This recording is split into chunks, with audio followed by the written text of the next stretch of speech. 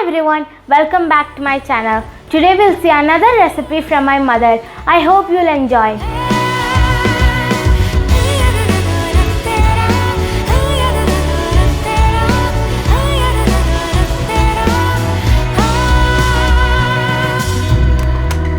Hi, കഴിഞ്ഞ പ്രാവശ്യം ഞാൻ ഉണ്ടാക്കിയ പരിപ്പ് വട എല്ലാവരും ട്രൈ ചെയ്തിട്ടുണ്ടാവുമെന്ന് വിചാരിക്കുന്നു. ട്രൈ ചെയ്യാത്തവരുണ്ടെങ്കിൽ ഉറപ്പായിട്ടും ട്രൈ ചെയ്യണം. ഇന്ന് ഞാൻ നിങ്ങൾക്ക് കാണിച്ചു തരാൻ പോണത് പഴംപൊരി റെസിപ്പിയാണ്. പഴംപൊരി എല്ലാവർക്കും ഇഷ്ടമാണല്ലോ. ക്രിസ്പിയായി നല്ല ടേസ്റ്റിയായി ഉണ്ടാക്കാമെന്ന് നോക്കാം. അതിനാവശ്യമുള്ള സാധനങ്ങളെന്ന് പറഞ്ഞാൽ നേന്ത്രപ്പഴം നല്ല പഴുത്ത പഴമാണ് വേണ്ടത്. എത്രയാണോ നിങ്ങൾക്ക് ആവശ്യം അതിനനുസരിച്ച് എടുക്കുക. പിന്നെ മൈദ 1 കപ്പാണ് ഞാൻ എടുത്തിരിക്കുന്നത്. 1 കപ്പ് മൈദയ്ക്ക് 1/4 കപ്പ് അരിപ്പൊടി ആണ് അതിൻ്റെ കണക്ക്. സോ അതൊരു ക്രിസ്പിങ് കിട്ടാൻ വേണ്ടിയിട്ടാണ് മൈദയുടെ കൂടെ അരിപ്പൊടി ചേർക്കുന്നത്. പിന്നെ പഞ്ചസാര പഴത്തിൻ്റെ മധുരം അനുസരിച്ച് പഞ്ചസാരയുടെ അളവ് മാറ്റിക്കോളുക. നമ്മുടെ വീട്ടിലെ ആൾക്കാരുടെ ടേസ്റ്റ് അനുസരിച്ച് നിങ്ങൾക്ക് ആവശ്യമുള്ളത്ര പഞ്ചസാര എടുക്കുക.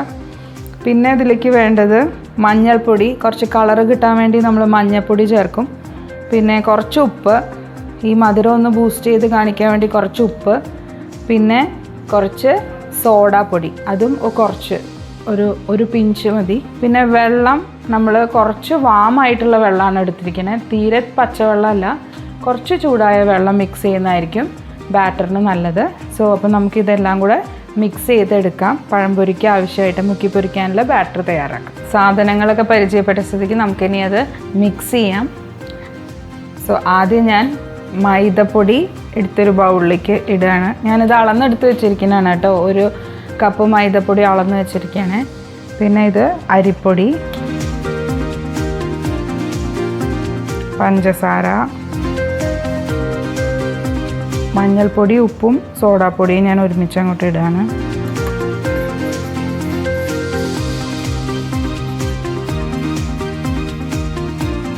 ഇത് നന്നായിട്ടൊന്ന് കുഴച്ചെടുക്കാം. നമുക്ക് ചൂടുവെള്ളം എടുക്കാൻ പ്രത്യേകം ശ്രദ്ധിക്കണേ. ചൂടുവെള്ളം എന്ന് വെച്ചാൽ ഭയങ്കര ചൂടൊന്നും വേണ്ട, കുറച്ച് ചൂട് മതി. ഒന്ന് ജസ്റ്റ് വാമായിരിക്കുക, അത്ര തന്നെ.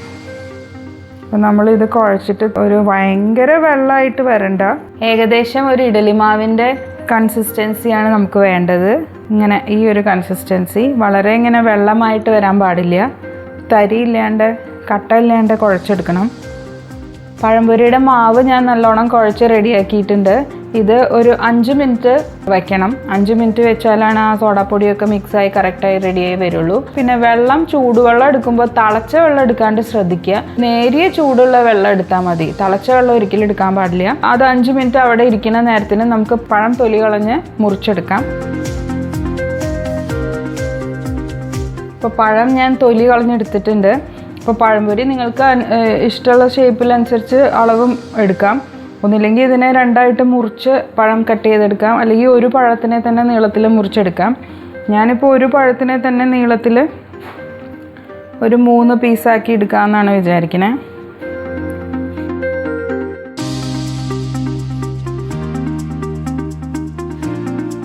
അപ്പോൾ ആ 3 പഴം ഇപ്പോൾ മുറിച്ചിങ്ങനെ നീളത്തിൽ മുറിച്ച് വെച്ചിട്ടുണ്ട്.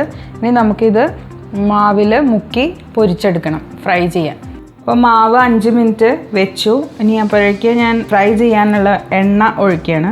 ഞാൻ പാം ഓയിലിലാണ് ഫ്രൈ ചെയ്യണത്. തീ ഒരു മീഡിയം ഫ്ലെയിമിൽ വെച്ചിട്ട് വേണം കുക്ക് ചെയ്യാനായിട്ട്. ഇനി ഓരോന്നായിട്ട് നമുക്ക് പഴം ബാറ്ററിൽ മുക്കി ഫ്രൈ ചെയ്തെടുക്കാം. എണ്ണ ഇപ്പോൾ ചൂടായിട്ടുണ്ട്. അപ്പോൾ നമുക്ക് ഒരെണ്ണം ഇട്ട് നോക്കാം.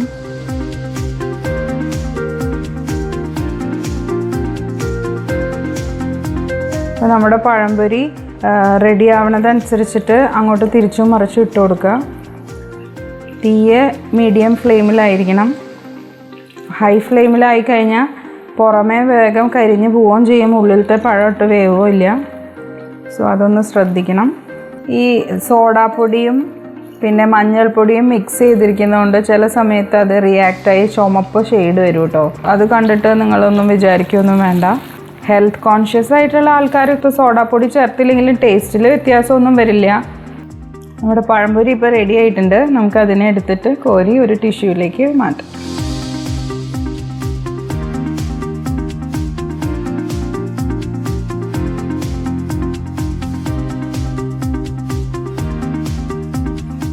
The banana fritters are ready. Now let me taste it. crispy and tasty, and it's perfect for an evening snack with tea. Don't forget to like and subscribe to my channel. I'll be back with more videos. Till then, see you next time. Bye.